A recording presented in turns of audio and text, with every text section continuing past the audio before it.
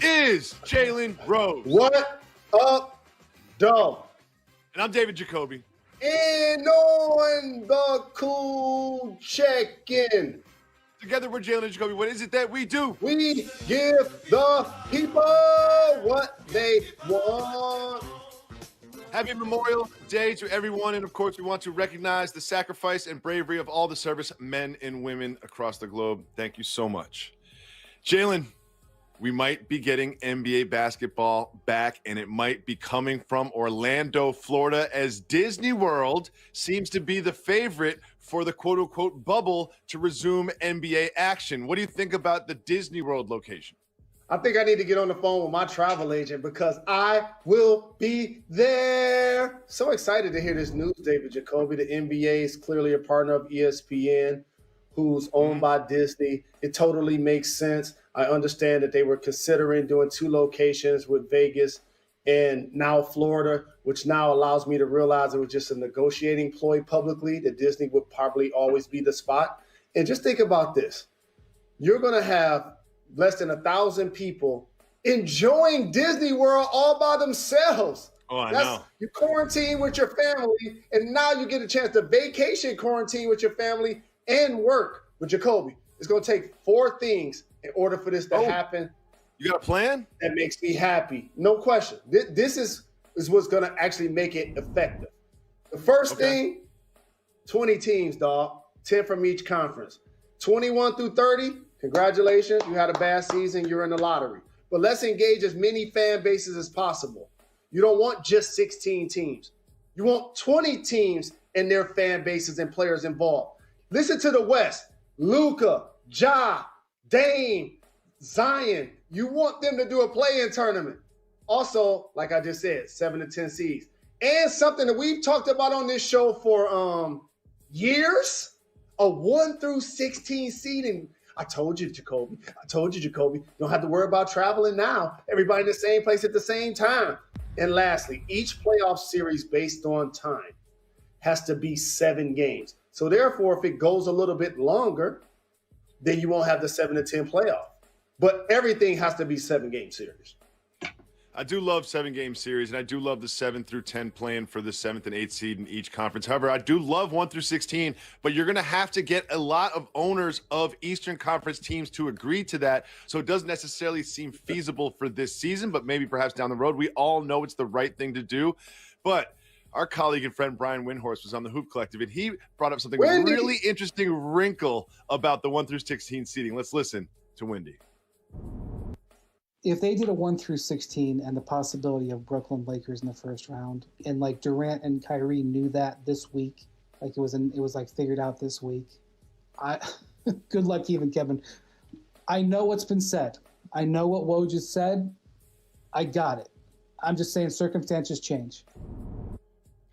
Now, this is highly unlikely, but it's also highly, highly juicy. Imagine a Nets-Lakers first-round playoff series that featured LeBron, AD, Kyrie, and KD. Do you think there's any chance that happens? Jacoby, here's what I believe.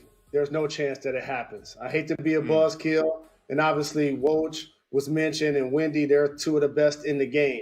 But I was in the arena less than 12 months ago when Kevin Durant tore his Achilles. You remember those times when they were saying he had a calf injury, but he left practice and he had ice on his Achilles? I knew somebody at the workout that Friday. I went on TV and said he should not play. He played. He re-injured himself. There's no way he comes back this season. And also, you think Kyrie gonna come back without KD and allow LeBron James to possibly sweep him out of the playoffs? I wouldn't be surprised with him also dealing with the injury that neither one of those guys play if the Nets make the playoffs, especially if they go against the Lakers in the first round. But we shall see. We will always update you on the latest on the potential return of the NBA, but it definitely feels today more than ever before that we will once again see NBA action on our television screens at home, and I cannot wait for that. We did get some live sports on our television screens at home over the weekend, one of which was Tom Brady and Phil Mickelson facing off against Peyton Manning and Tiger Woods.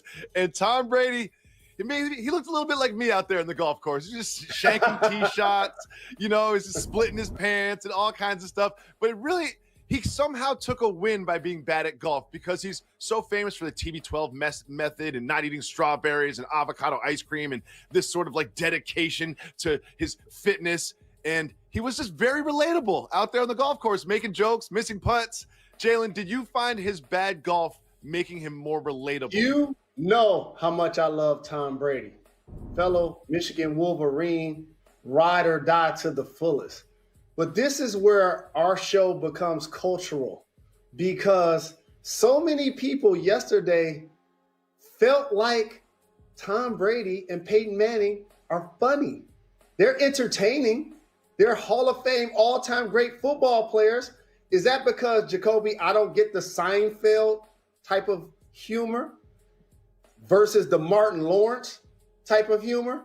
Because for me, he didn't humanize himself by being bad at golf. That's almost like us making Ryan Fitzpatrick a folklore hero because he has a beard or hair. I think that's more cultural than anything. Wait, Your thought? 20-second timeout. Did I just ask you a question about Tom Brady being relatable because he's bad at golf, and then you made it a thing about racial humor? I don't really understand what just happened there. I don't really understand what just happened there. I'm gonna tell you what happened. You watched him play golf yesterday, and he felt like the everyman, the guy you can have a beer with, the guy that you would love to have over and have dinner with the family. Those are cliches. He didn't make himself more lovable yesterday, Jacoby, playing golf. Stop it. He absolutely did. Well, we have an encouraging update from a legend in National Basketball Association history. Current head coach of Georgetown, Pat Ewing, is now home from the hospital after dealing with COVID-19. Jalen, what do you think about this? PE crazy PE. And let me put some respect on his name. The Hall of Famer like Stockton and Malone, Gary Payton, Reggie Miller, Clyde Drexler, Charles Barkley, as dudes that Michael Jordan was so very dominant in the 90s, kept from getting championship rings. Patrick Ewing was an elite shot blocker and rebounder. That was his foundation. Played with his back to the basket, could turn over both shoulders, could shoot facing up out to 18 feet. He was a fantastic anchor for the Knicks. And I know that you're a Die Easy fan. So do you miss these days? Do you miss that, Jacoby? Absolutely, I do. And I'm so glad that he is back home and healthy. And I am a Die Easy Knicks fan, but we have some new information about who the Knicks might be adding to their team in the draft. We'll give you that and much more when we return in just 2 minutes. Stay tuned. Welcome back to Jalen and Jacoby. Jalen complains to me all the time about what we do and don't discuss on the show, so we created a segment where he decides. It's called Keep It Moving. If you want to discuss the topic, say hit the brakes. If not, me and Method Man keep it moving. We start with an update on Michigan football. Keep it moving or hit the brakes. Brakes. The president of University of Michigan said that if there are no students on campus in the fall, there will be no fall football. What do you think about this stance? He has a study of disease background. He got like important things behind his name, like PhD. So I understand that he understands medicine and realizes that at some point we're going to get back to any semblance of normalcy before a vaccine takes place. I'm pretty sure after our president made those comments, he looked down in his email and got multiple messages that reminded him that the football program pays for so many things and makes multiple millions of dollars each year. And so what we can do is, if they're having classes and professors are on campus, we can act like possibly that the students are able to correspond, Jacoby. They're able to go to class and get their work and their books and some sort of instruction while they work online. So it satisfies both sides. What do you think? Well, I think it would be difficult to have a football season if they're not allowing students on campus. But one thing I do know is I don't know what the future is going to bring next week, let alone this fall. Moving on, I have video of someone working out during the quarantine that you're going to want to see. Keep moving or hit the brakes. Check out my man, champion Coach O, getting the road work in. Getting the road work in the quarantine. No mask on, wiping the sweat, looking great. What do you think of Coach O's workout? I'm inspired by it. And Coach O is so strong and top heavy, he got to do some leg days. It's holding him down, Jacoby. It's slowing him down. Like he needs to get some legs in. He's like, he might be the only person on the planet that is as sweaty as I am when they work out. Moving on. I have an update on my favorite draft prospect in the NBA. Great. The New York Post is saying that LaMelo Ball is top-rated point guard on the Knicks draft board. It just seems like this is a perfect marriage for the Ball family and Madison Square Garden and the Knicks to all come together and come back. I love LaMelo Ball to the Knicks so much. This has to happen. The remix would be a lot better. Lonzo to LA didn't work out so well. I think the family now would be prepared for this big stage in New York if he ended up getting drafted by this team. And so we're both excited about his NBA potential as a tall point guard. He's going to give up good shots to get great shots. He showed that he could score the ball, finish at the hoop. I think he's an amazing prospect. No surprise that he's the number one point guard prospect. And it would be great to see him in NYC. But you know what? It'd be great to see him in Detroit too. So stay tuned, Jacoby. You're going to be probably front row watching him in the Pistons uniform. Either way, I'm so excited about LaMelo Ball being in the league. I love LaMelo Ball so much. Moving on, Jalen. Matt Barnes is a champion, but doesn't count himself as a champion. Matt Barnes says that he doesn't count the ring he won for the 2016-2017 Warriors championship. And we have some footage of the one shot he made during the finals. There it is right there. That is his contribution. Matt Barnes, if you don't make that shot, maybe they don't win the championship. I would take the ring. What do you think? Shout to Matt and Stack Jack doing a terrific job on all the smoke and all the multimedia stuff. What this is, Jacoby, is being real. It's being self-aware and grounded. I started to feel the same way halfway through the season in Phoenix. I'm like, I'm here, but if we win a championship, it's not going to mean as much to me because I'm not contributing.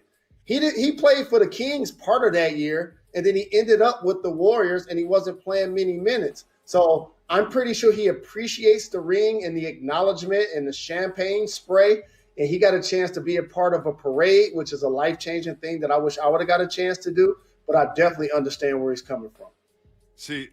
I'm the other way. I feel like even if I just loaded the bags onto the bus, maybe I practiced hard and forced the starters into getting extra sweat. I'll take any contribution whatsoever. I was a part of that championship team. I won that ring. That's how I would look at it. I don't have the same honor that you guys do. When we come back, we have Jalen's favorite thing to talk about, Mike Tyson potentially turning. We have an update right after this. Stay tuned. 2 minutes. We're back.